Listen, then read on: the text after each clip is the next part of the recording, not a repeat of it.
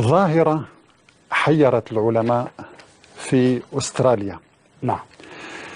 أن حرائق الغابات بدأت تكثر في الآونة الأخيرة من دون معرفة الأسباب، نعم. من دون وجود درجات حرارة عالية، بل إن هذه الحرائق تمتد لأماكن غير متوقعة.